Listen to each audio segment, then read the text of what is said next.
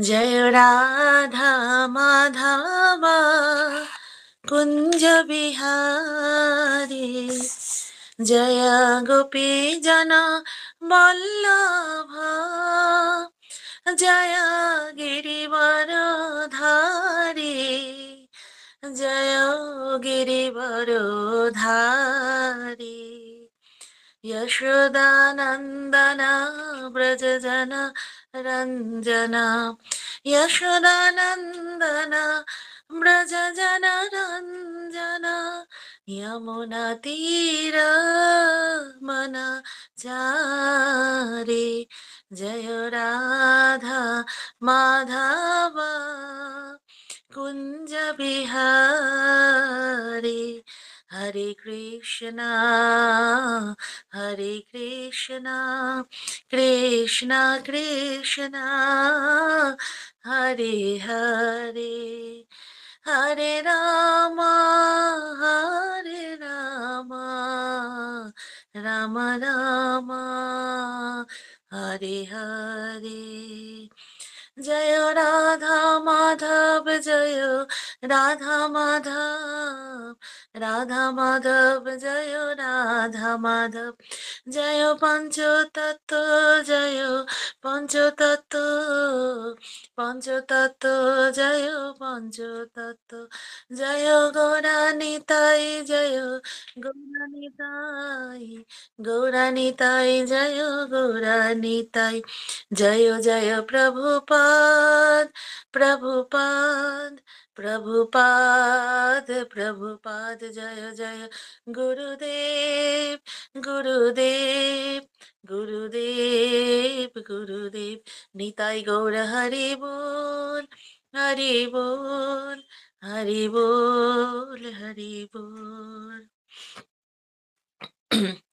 ॐ अज्ञानातिमिरान्धस्य ज्ञानाञ्जनशलाकया चक्षुरुन्मीलितं येन तस्मै श्रीगुरुवे नमः श्रीचैतन्यमनोभीष्टं स्नापितं येन भूतले स्वयं रूप कदा मह्यं ददाति स्वपदान्तिकं वन्देऽहं श्रीगुरु श्रीयुतपदकमलं श्रीगुरुं वैष्णवांश्च श्रीरूपं सग्रजातं सहगण रघुनाथनितं सजीवं साद्वैतं सवधूतं परिजनसहितं कृष्णचैतन्यदेवं श्रीराधा कृष्णपादान् सहगण ललिता श्रीविशाखानितांश्च नमो विष्णुपादाय कृष्णपृष्ठाय भूतले श्रीमते भक्तिवेदान्त स्वामिनिति नामिने नमस्ते सरस्वती देवे गौरवाणी प्रचारिणे निर्विशेष शून्यवादी पाश्चात्यदेशतारिणे वाञ्छाकल्पतरुभ्यश्च कृपा सिन्धुभ्यो एव च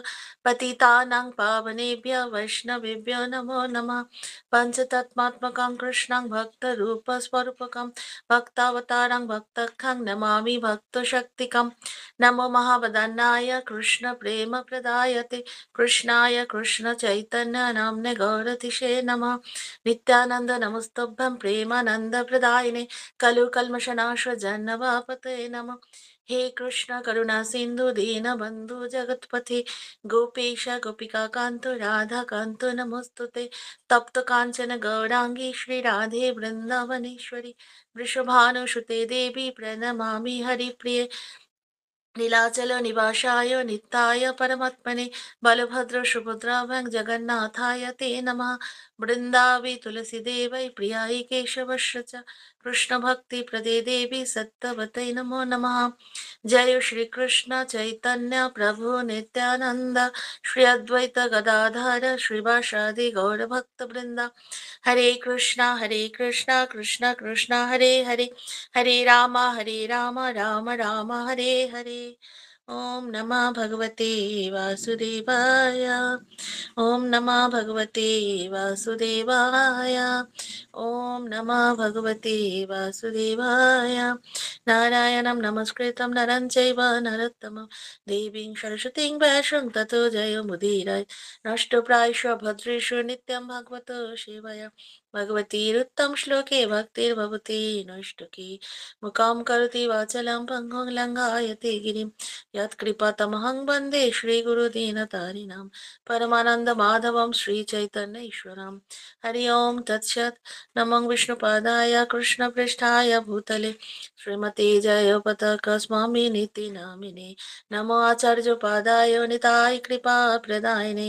गौरकथाधामदाय नगरग्रामतारिणे जय जय श्री चैतन्य जय नित्यानंद जय দ্বৈত চন্দ্র জয় গৌর ভক্ত বৃন্দ। হরে কৃষ্ণ। সকল ভক্তবৃন্দকে জানাই আমার সশ্রদ্ধ প্রণাম। আজকে আমরা চৈতন্য চরিতামৃতের আদি লীলা দ্বিতীয় অধ্যায়ের ৮১ নম্বর থেকে ৯০ অব্দি আলোচনা করব। তো শ্লোক নাম্বার ৮১ পাঠ করছি।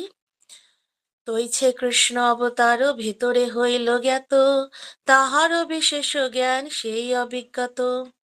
শ্লোকার্থ: তেমনি শ্রীকৃষ্ণকে যখন অবতার গণের মধ্যে গণনা করা হলো, তার সম্বন্ধে বিশেষ জ্ঞান তখনও অপ্রকাশিত ছিল।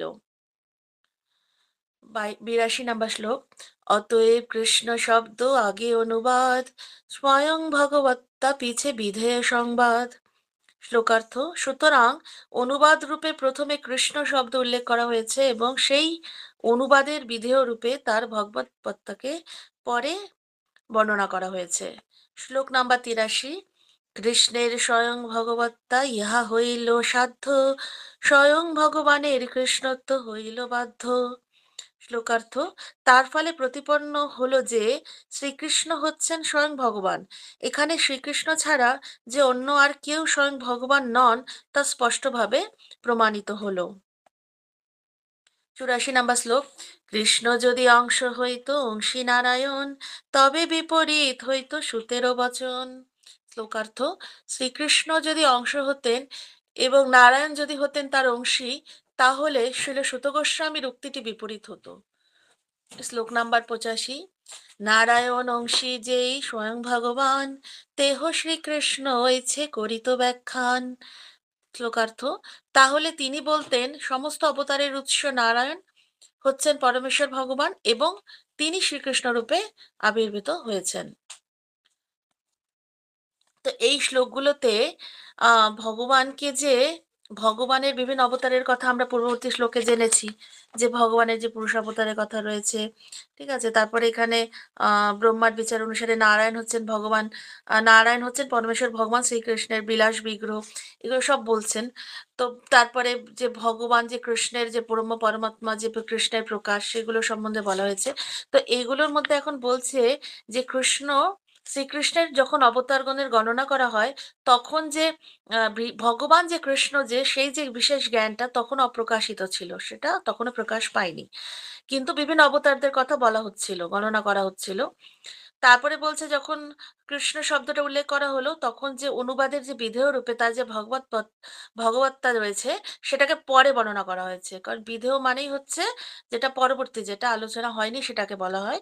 তো প্রথমে কৃষ্ণ শব্দ সম্বন্ধে সবকিছু বলা হয়েছে, কিন্তু তার যে সেই যে কৃষ্ণ ভগবান পরমেশ্বর, সেটা বর্ণনা করা হয়েছে। তার ফলে কি হয়েছে, ভগবান কৃষ্ণকে যে ভগবান রূপে সেটাকে প্রতিপন্ন করা যায়।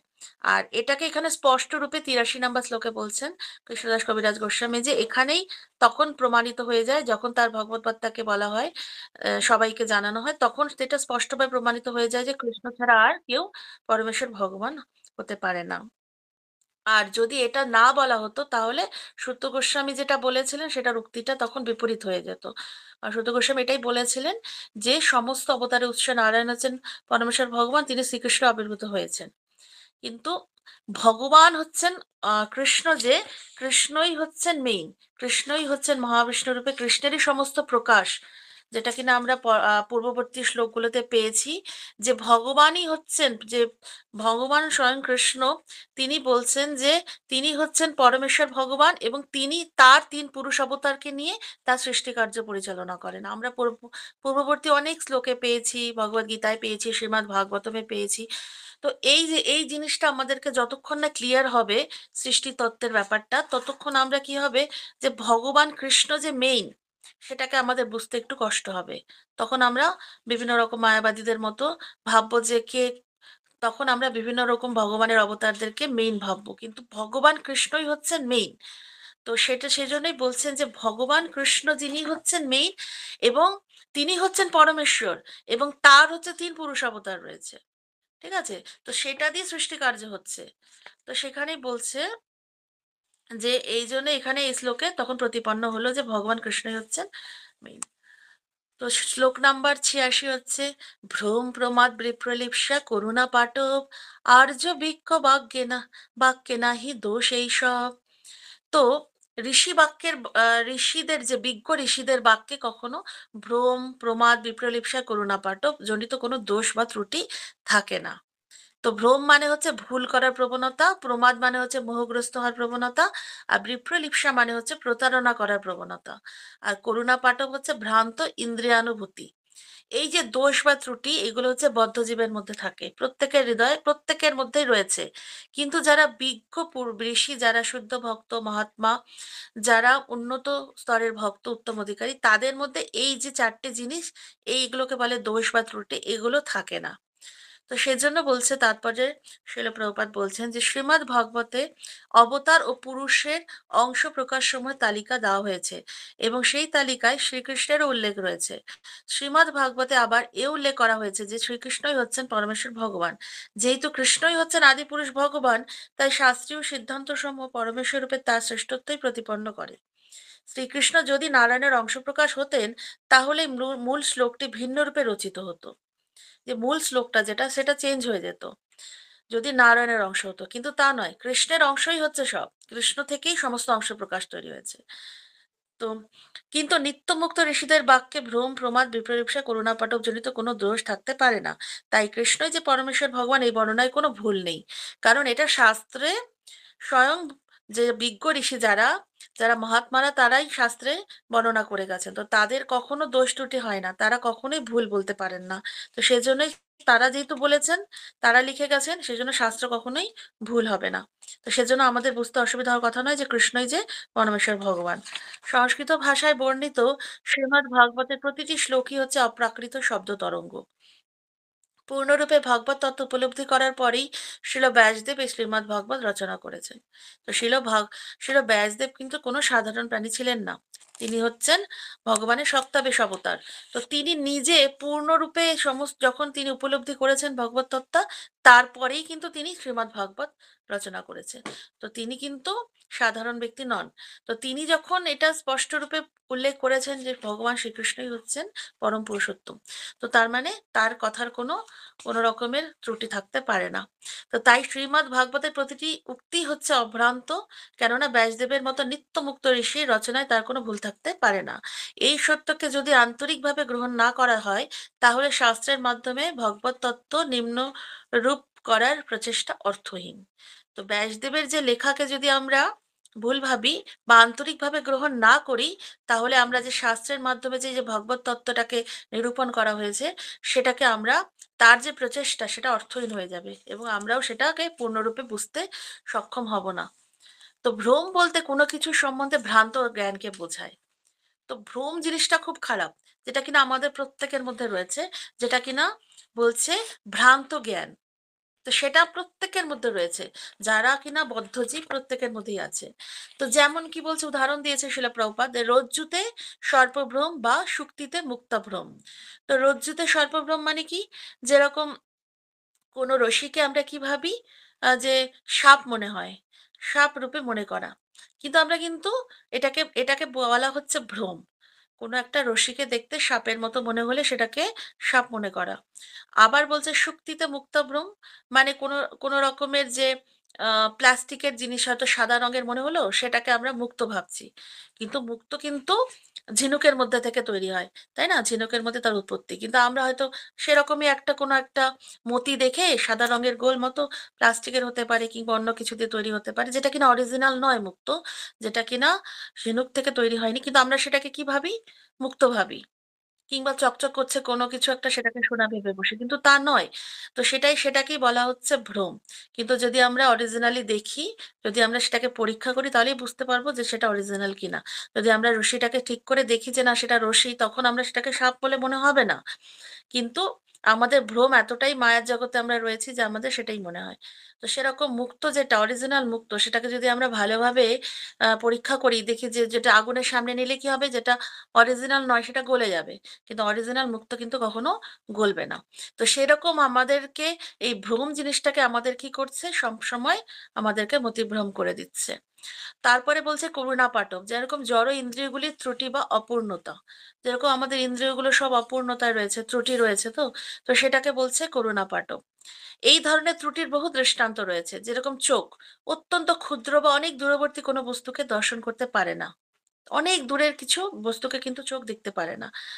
এই ত্রুটিপূর্ণ চোখের দ্বারা মানুষ তার নিকটতম চোখের পাতাও দর্শন করতে পারে না। তো তার ফলে কি হয়, আমাদের যে চোখের পাতা রয়েছে সেটাও কিন্তু আমরা দর্শন করতে পারি না। বা আমরা যে কতবার আমাদের চোখের পাতাটাকে কতবার মানে ফেলছি, কতবার যে ফেলছি, কিন্তু সেটা কিন্তু আমরা উপলব্ধি করতে পারি না। ইভেন দর্শনও করতে পারি না চোখের পাতাকে। কারণ আমরা দূরের কোনো জিনিসই দেখতে পারি না। আর যদি সে পান্ডুরোগের দ্বারা আক্রান্ত হয় তাহলে তার সবকিছুই হলুদ দেখে। তাই না? তো সেগুলোই হচ্ছে এগুলো ত্রুটি। তেমনই কান দূরবর্তী কোনো শব্দ শ্রবণ করতে পারে না। ঠিক আছে? কোনো দূরের আওয়াজ কিন্তু কান শুনতে পারে না। কিন্তু পরমেশ্বর ভগবান তার অংশ প্রকাশ এবং তার নিত্য মুক্ত ভক্তরা কিন্তু চিন্ময় স্তরে অধিষ্ঠিত। তাই তারা এই ধরনের ত্রুটি বা ভ্রান্তির দ্বারা বিভ্রান্ত হন না। তো ভগবানের যে প্রকাশ, তার নিত্যমুক্ত ভক্তরা, যে যাকে বলা হচ্ছে মহাত্মারা বা শুদ্ধ ভক্ত বা এই যে বিজ্ঞ ঋষিরা, তারা কিন্তু চিন্ময় স্তরে অধিষ্ঠিত। তারা এই ধরনের ত্রুটি বা ভ্রান্তির দ্বারা কখনোই বিভ্রান্ত হন না, কারণ তারাও ভগবানের সাথে অপ্রাকৃত স্তরে থাকেন এবং তাদের সবকিছুই চিন্ময়। তাদের ইন্দ্রিয়গুলো চিন্ময়। তাদের মধ্যে এই যে প্রমাদ, ভ্রম, করুণা, পাটব, বিপ্রলিপ্সা, এগুলো কোনোটাই থাকে না। এগুলো শুধুমাত্র বদ্ধজীবদের মধ্যেই থাকে। কিন্তু যারা নিত্যমুক্ত তাদের মধ্যে এগুলো থাকে না। সেজন্য এই যে আহ অনেক সময় কি হয়, মরুভূমিতে তৃষ্ণার্ত কোনো একটা পশু তখন উত্তপ্ত বালুকাকে কি ভাবে, জল ভাবে। তাই না? তো সেগুলো এক ধরনের ভ্রম। মনে হচ্ছে কি জলের মতো দেখতে লাগছে, কিন্তু সেটা জল নয়, সেটা একটা মরুভূমিতে উত্তপ্ত বালুকা। তো সেরকম দুটোই কিন্তু বাস্তব। মরুভূমিটাও বাস্তব, জলটাও বাস্তব। তো কিন্তু একজন অভক্তের কাছে ভগবানের যে জড় সৃষ্টিটা, সেটাকে মোহময়ী বলে মনে হয়, সেটাকে মিথ্যে বলে মনে হয় বা কল্পনা বলে মনে হয়। কিন্তু একজন ভক্তের কাছে এই জড় সৃষ্টিটা ভগবানের একটা বহিরঙ্গ শক্তির প্রকাশ রূপে মনে হয়। তো সেই রকম এই যে দড়িটা ভাবা বা তাকে সাপ মনে করা, সেটা কিন্তু দুটোই বাস্তব। দড়ি কিন্তু, কিন্তু কেউ সাপ মনে করছে। তো সেটা কিন্তু দুটোই, কিন্তু যেটা যারা জড়বাদী, যারা মায়াবাদী, তারা কি ভাবছে, কল্পনা বা ভগবানের সৃষ্টিটাকে বুঝতে পারছে না। কিন্তু যারা ভক্ত, তারা ভগবানকে, তারা বুঝতে পারে যে এটা ভগবানের বহিরঙ্গা শক্তির প্রকাশ এবং আমাদের ইন্দ্রিয়গুলো যেহেতু অপূর্ণ, সেজন্য আমরা সবসময় এরকম মোহতেই জড়িয়ে রয়েছি। তো সেজন্য ভগবানের যে ভক্ত, তাদের শুদ্ধ ভক্ত, তাদের মধ্যেই তিন গুণ প্রকাশ করে না। তো সত্য রজ তমগুণের প্রভাবে এই যে এই ধারণাগুলো, এই সমস্তগুলো, এই যে ত্রুটিগুলো, তারা এই ত্রুটিগুলোর মধ্যে পড়ে যায়। তো সেই জন্যই ভগবানের যারা ভক্ত, তারা চিন্ময় স্তরে থাকে, শুদ্ধ ভক্ত, নিত্যমুক্ত ভক্ত, তারা এই ধরনের ত্রুটি বা ভ্রান্তির দ্বারা কখনোই বিভ্রান্ত হয় না। আর এই যে বিভিন্ন অংশ অবতারের কথা বলা হচ্ছে, তো এই যে এই তিন যে পুরুষ অবতার রয়েছে ভগবান কৃষ্ণের, তো এই তিন পুরুষ অবতার হচ্ছে ক্ষীরোদক্ষায় বিষ্ণু, গর্ভদক্ষায় বিষ্ণু, কারণদক্ষায় বিষ্ণু। তো এই যে তিন বিষ্ণু, মহাবিষ্ণুর এইসব মূল উৎস এরা। ঠিক আছে? তো এই যে মহাবিষ্ণু, এগুলো হচ্ছে কৃষ্ণ থেকেই মহাবিষ্ণু সৃষ্টি। তো কিন্তু শুধুমাত্র ভগবান তার লীলা বিলাসের জন্য কৃষ্ণ কি করছে, নিজেকে প্রথমে বাসুদেব, শঙ্কর্ষণ, প্রদ্যুম্ন, অনিরুদ্ধ, আর এই যে কৃষ্ণ, যে সেই হচ্ছে বলদেব, তার থেকে বলদেবের সৃষ্টি, বলদেব থেকে শঙ্কর্ষণ, শঙ্কর্ষণ থেকে বাসুদেব, বাসুদেব থেকে অনিরুদ্ধ, অনিরুদ্ধ থেকে প্রদ্যুম্ন, প্রদ্যুম্ন থেকে আবার দ্বিতীয় শঙ্কর্ষণ। এভাবে নারায়ণ পুরুষ অবতার, বিভিন্ন রকম পুরুষ অবতারকে তার তিনি অংশ প্রকাশ করছেন। কিভাবে করছেন? তার সৃষ্টিকার্যে লীলাবিলাসের জন্য করছেন। তো এই যে কারণ সমুদ্রে শায়িত আছে যে ভগবান, ঠিক আছে? সেই যে তার যে জড়শক্তি মহত্তত্ত্বের সৃষ্টি, এই যে পুরুষ অবতার, তিনি হচ্ছেন মহাবিষ্ণুর প্রকাশ। আর এই মহাবিষ্ণু থেকেই সংকর্ষণ। আর দ্বিতীয় পুরুষ অবতার গর্ভদক্ষায় বিষ্ণুর প্রকাশ হচ্ছে প্রদ্যুম্ন থেকে। আর তৃতীয় যেটা ক্ষীরোদক্ষায় বিষ্ণু, তার প্রকাশ হচ্ছে অনিরুদ্ধ থেকে। এই যে ৩ পুরুষ অবতার, এই নারায়ণ থেকে উদ্ভূত প্রকাশসমূহ সমপর্যায়ভুক্ত। তার মানে এই যে ৩ যে মহাবিষ্ণু ১ম পুরুষ অবতার আর গর্ভোদয়শয়ক বিষ্ণু হচ্ছে ২য় পুরুষ অবতার, যেটা কিনা প্রদ্যুম্ন থেকে তৈরি। এবং ক্ষীরোদাক্ষায়ী বিষ্ণু হচ্ছে ৩য় পুরুষ অবতার, যার থেকে অনিরুদ্ধ থেকে যে আসছেন, প্রকাশ হচ্ছে। এই সমস্ত ৩ টেই কিন্তু নারায়ণ থেকে উদ্ভূত। বোঝা যাচ্ছে? এবার নারায়ণ প্রকাশিত হচ্ছে ভগবান কৃষ্ণ থেকে। তাহলে মূল কে হচ্ছে? ভগবান কৃষ্ণ। তো এই যে এই সৃষ্টি তত্ত্বটা খুবই গোলমেলে। মানে আমাদের মতো এই ক্ষুদ্র বুদ্ধি দ্বারা বোঝা অনেক কষ্টের। কিন্তু এই সৃষ্টি তত্ত্বটা যে একবার বুঝে যাবে, ভগবানের যে লীলাবিলাসের তত্ত্ব, তার যে প্রকাশ, অংশ প্রকাশ, এটা যে একবার বুঝে যাবে, তার আর ভগবান কৃষ্ণই যে পরম পুরুষোত্তম, সেটা বুঝতে তার কোনো কষ্ট হবে না। কিন্তু এই যে সৃষ্টি তত্ত্বটা, এটাই বুঝতে অনেক আমাদের যেহেতু অনেক ত্রুটি রয়েছে, ইন্দ্রিয়ের ত্রুটিগুলো, সেজন্য আমাদের বুঝতে অনেক কষ্ট হয়। তো এই যে বিভিন্ন পুরুষ অবতার রয়েছে, নারায়ণ পুরুষ অবতার বা ভগবানের অসংখ্য রূপ বা এই মহাবিষ্ণুর যে বিভিন্ন অংশ, তাদেরকে বলা হচ্ছে নিত্য প্রবাহমান নদীর অসংখ্য তরঙ্গ।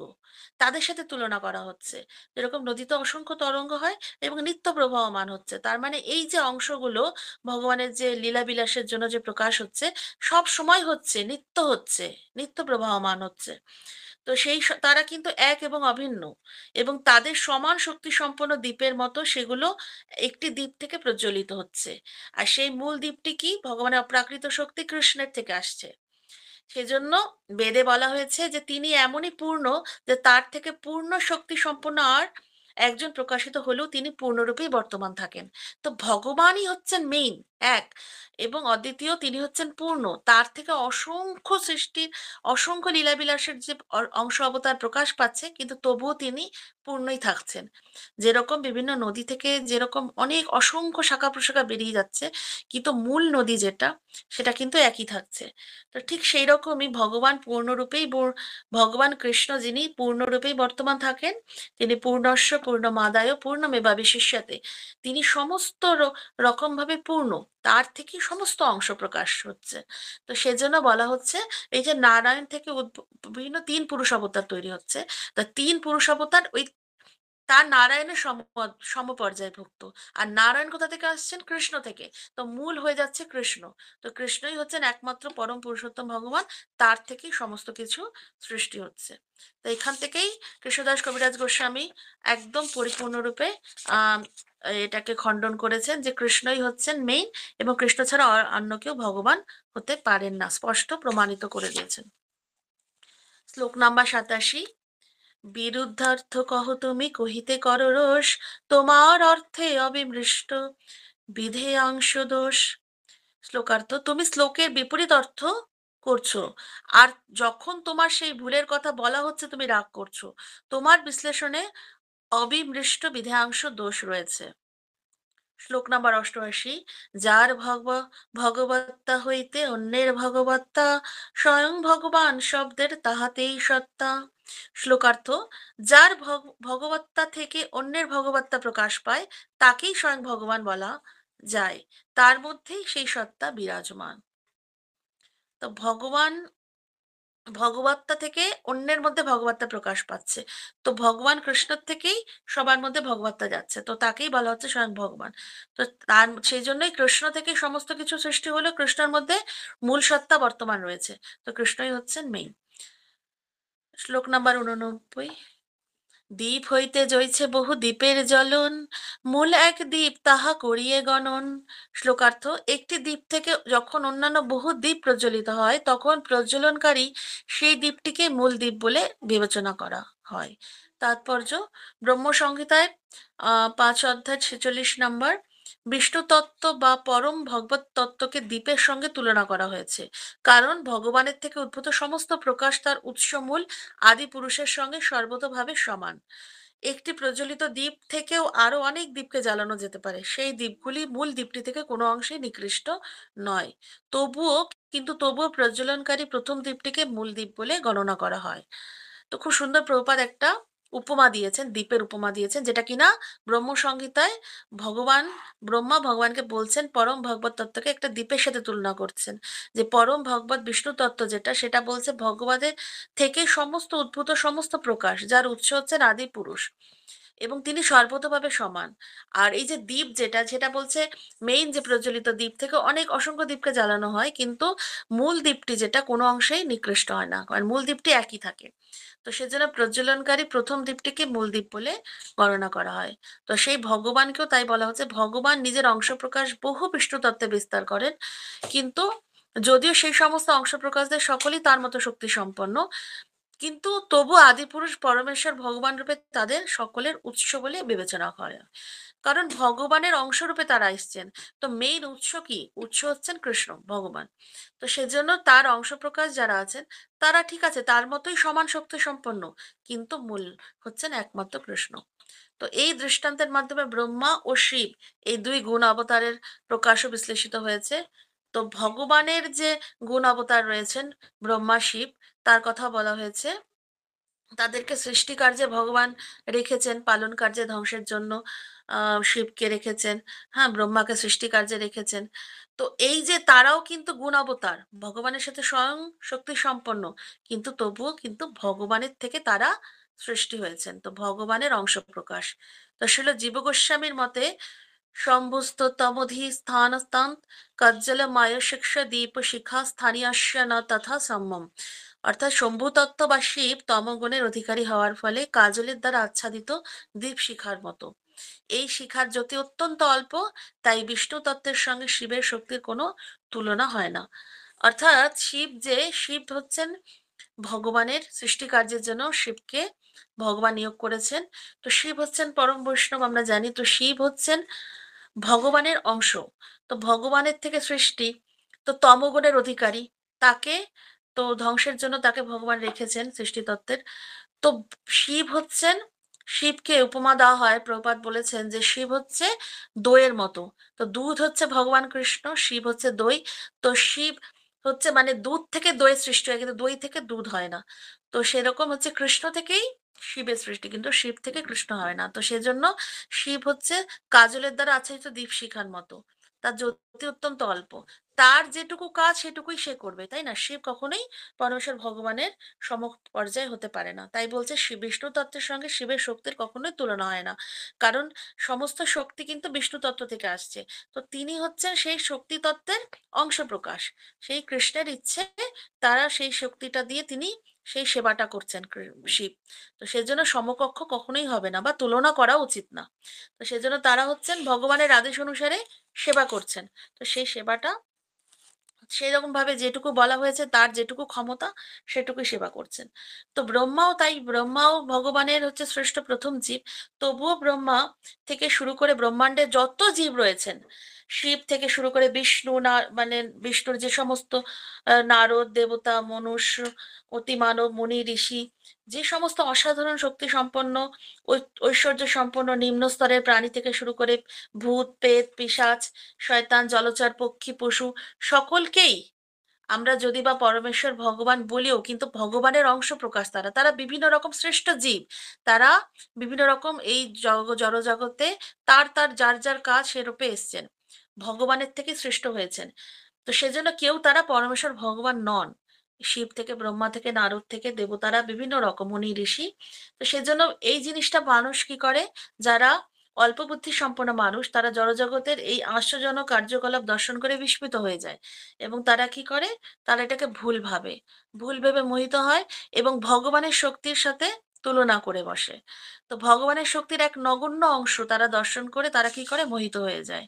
কিন্তু ভগবানের শক্তি যে কতটা বেশি, এবং কতটা ভগবানের অচিন্ত্য শক্তি, যেটার কিনা কোনো চিন্তার বাহিরে, কিন্তু দেবদেবীদের শক্তি দর্শন করে কি করে, জড়জগতের লোকেরা মোহিত হয়ে যায়, আর কি করে, ভগবানের সাথে তুলনা করে বসে, ভগবানকে সমকক্ষ ভাবে দেবদেবীদের সাথে। কিন্তু সেটা কখনোই করা উচিত না। তো ব্রহ্মাজি নিজে বলেছেন ব্রহ্মসংহিতায় যে কখনোই ভগবানকে সেজন্য আমি বারবার ভজনা করি, বলছেন গোবিন্দম আদি পুরুষম তমং ভাজা, আমি বারবার প্রত্যেকটা শ্লোকে ভগবানকে ব্রহ্মাজি স্মরণ করেছেন, কারণ তিনি নিজেও বুঝতে পারেননি ভগবানকে বোঝা কারো পক্ষেই সম্ভব না। তো তাই যারা ভগবানের প্রকৃত তত্ত্ব না জেনে কেবল তার সৃষ্টির যেকোনো বস্তুর শক্তি দেখে আশ্চর্যিত হয়, তাদের বলা হয় শাক্ত বা মহাশক্তির উপাসক। তো সেজন্য কখনোই ভগবান পরমেশ্বর পরম তত্ত্বের যে প্রকৃত তত্ত্ব না জেনে তার শক্তির আ মানে কখনোই আমরা মানে না বুঝে কখনোই এই বিভিন্ন রকম মায়ার শক্তির দ্বারা কখনোই আমরা কখনোই কল্পনা করা উচিত না বা কখনোই তাদের তুলনা করা উচিত না। তো আধুনিক বৈজ্ঞানিকরাও কিন্তু এই আশ্চর্যজনক ক্রিয়া প্রতিক্রিয়া দর্শন করে মোহিত হয়ে যায়। প্রত্যেকে এই বদ্ধ জগতে জড়জগতের সমস্ত বদ্ধ জীব থেকে শুরু করে দেবতারাও ইভেন ভগবানের শক্তিকে বুঝতে পারে না। তারাও মোহিত হয়ে যায়।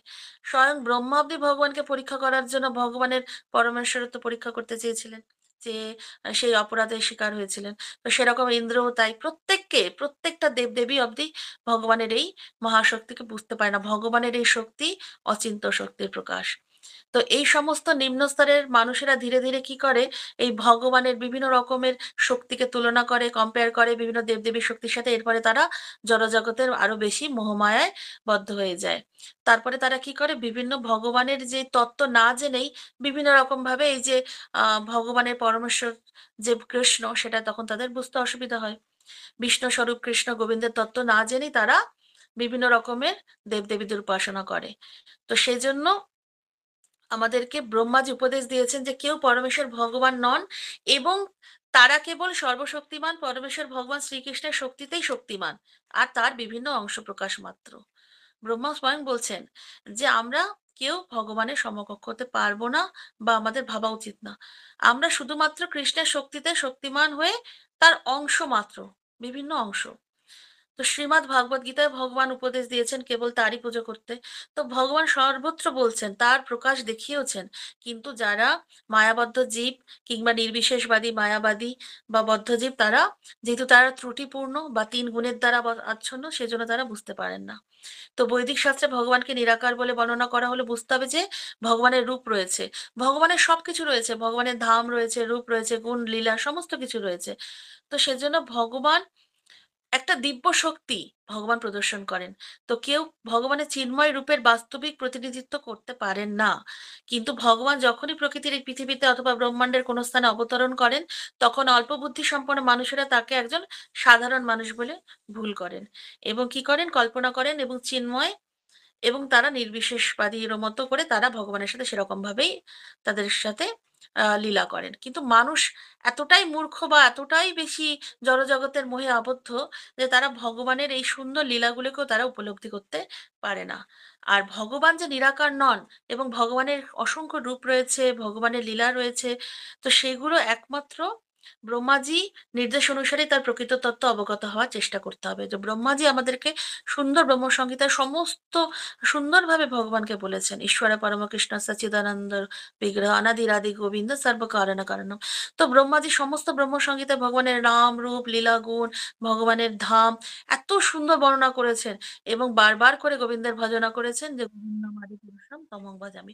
এবং ব্রহ্মা এত তপস্যা করেছেন যে তপস্যার মাধ্যমেই একমাত্র ভগবানকে উপলব্ধি করা যায়, আর অন্য কোনো মাধ্যমে নয়।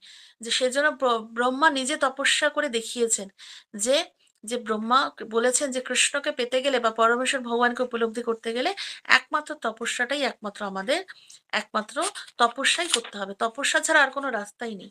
কারণ ভগবানের এই কার্যকলাপ এতটাই চিন্ময়, এতটাই অচিন্ত্য যে আমাদের মতো ছোট্ট বুদ্ধি দিয়ে বা কলিযুগের মানুষ এতটাই নিম্ন স্তরে যে তাদের মধ্যে উপলব্ধি করার ক্ষমতা নেই। সেজন্য আমরা কিছুটাই বুঝতে পারি না।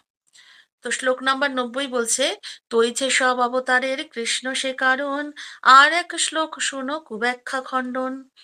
শ্লোকার্থ, এভাবেই শ্রীকৃষ্ণ হচ্ছেন সমস্ত অবতারের পরম কারণ। এই প্রসঙ্গে আরেকটি শ্লোক শোনো, যাতে সব রকমের কুব্যাখ্যা খণ্ডন করা হয়েছে। তো শ্লোক নাম্বার 90 এসে বলছেন যে আরেকটা শ্লোক বলবে, যেটা 91-এ আছে, 91-এ বলছে সেটা শোনো, তাহলে আর কোনো রকমের কুব্যাখ্যা হবে না, সমস্ত কিছু খণ্ডন করে দেবে। তো কৃষ্ণরাজ কবিরাজ গোস্বামী সমস্ত কৃষ্ণই যে পরমেশ্বর ভগবান সেটাকে প্রতিপন্ন করেছেন এবং সে বিভিন্ন রকম ব্যাখ্যার মাধ্যমে, শাস্ত্রীয় ব্যাখ্যার মাধ্যমে ব্রহ্মসংহিতা থেকে তুলেছেন এবং এই বদ্ধজীবের যে সমস্ত আমাদের যে ত্রুটিগুলো রয়েছে সেগুলোকেও তিনি ভাগবতম থেকে নিয়েছেন। শ্রীমদ্ ভাগবতমের সূত গোস্বামী যে কথাগুলো বলেছেন সেগুলোকে তিনি প্রতিপন্ন করেছেন এবং সেগুলোকে বারবার করে আমাদেরকে বুঝিয়েছেন যে এগুলো থাকলে আমরা কখনোই পরমেশ্বর ভগবানকে উপলব্ধি করতে পারবো না। আর ব্রহ্মা যে তপস্যার ক্লেশ স্বীকার করেছেন তা ভক্তিযোগেরই পন্থা। কারণ একমাত্র ভক্তিযোগে ভগবানের সেই সমস্ত কিছু নাম রূপ লীলা গুণ যেগুলোকে আমরা উপলব্ধি করতে চাই সেগুলো একমাত্র ভগবত ভক্তির মাধ্যমেই সম্ভব। আর এই ভগবত ভক্তি পেতে গেলে আমাদেরকে তপস্যা করতে হবে। তপস্যা মানেই হচ্ছে শিলা প্রভুপাদের নির্দেশিত যে সমস্ত আমাদেরকে আমাদের আচার্যরা বলেছেন যে সব 4টি নিয়ম, নিত্যং ভাগবত সেবায়া, আমাদের সাধু সঙ্গ, নিত্য জপ করা, ঠিক আছে, অপরাধ শূন্য হয়ে জপ করতে হবে। তো এইগুলোর মাধ্যমেই আমরা ভগবানের ভক্তিযোগ অনুশীলন করে ভগবানের আহ এই যে ভগবানের যে এই সুন্দর লীলাগুলোকে উপলব্ধি করতে পারবো। আর যদি আমাদের এই রকমের ত্রুটি থাকে, ইন্দ্রিয় ত্রুটি, তাহলে আমরা এই ভগবত ভক্তি উপলব্ধি করতে পারবো না। আর উপলব্ধি না করতে পারলে আমাদের এই এই যে মনুষ্য জীবনটাই আহ আর কোনো কাজের হলো না। আবার কবে মনুষ্য জন্ম পাবো, কি হবে, কেউ কেউ বলতে পারি না। আমাদের প্রতিটা আহ জীবনই আমাদের কাছে মূল্যবান। তো এই যে এত বছর পরে, এত লক্ষ বছর পরে যে আমরা মনুষ্য জন্ম পেয়েছি এবং এত সুন্দর ভগবত ভক্তি করার সুযোগ পেয়েছি, তো সেটাকে আমরা যদি সুন্দরভাবে কাজে না লাগাই তাহলে আমাদের এই মনুষ্য জীবনটাই বৃথা হয়ে যাবে। তো জানিয়া শুনিয়া বিষ খাইনোর মতো অবস্থা হবে। তো আমাদের সবসময় চিন্তা করতে হবে যে কিভাবে আমাদের এই ইন্দ্রিয়গুলোকে এই ত্রুটি থেকে মুক্ত করা যায়। আর সেটার একমাত্র হচ্ছে ভগবত ভক্তি অনুশীলন এবং এই যে ভগবানের যে কথা, এই যে সুন্দর সুন্দর গ্রন্থের মাধ্যমে আমাদের আচার্যরা দিয়ে গেছেন, সেগুলোকে যত বেশি আমরা আস্বাদন করব, যত বেশি আমরা হৃদয়ঙ্গম করব, যত বেশি ভক্তি করব, তত বেশি আমরা সেটাকে হৃদয়ঙ্গম করতে পারবো। যত বেশি আমরা শুদ্ধতা নিজেদের মধ্যে রাখবো, যত বেশি অধ্যয়ন করব, ভক্তি করব, শরণাগতি আমাদের যত বেশি হবে ভক্তিতে, তত আমরা এগুলোকে উপলব্ধি করতে পারবো। আর তখনই আমাদের ভগবত ভক্তিটা সার্থক হবে এবং আমরা ভগবত ধামে প্রবেশ করার অধিকার পাবো এবং ভগবানও আমাদের উপর কৃপা দৃষ্টি প্রদান করবেন। তো সকলকে অসংখ্য ধন্যবাদ। আম, আজকের মতো এখানে বিরাম রাখছি। হরে কৃষ্ণ কৃষ্ণ কৃষ্ণ কৃষ্ণ হরে হরে, হরে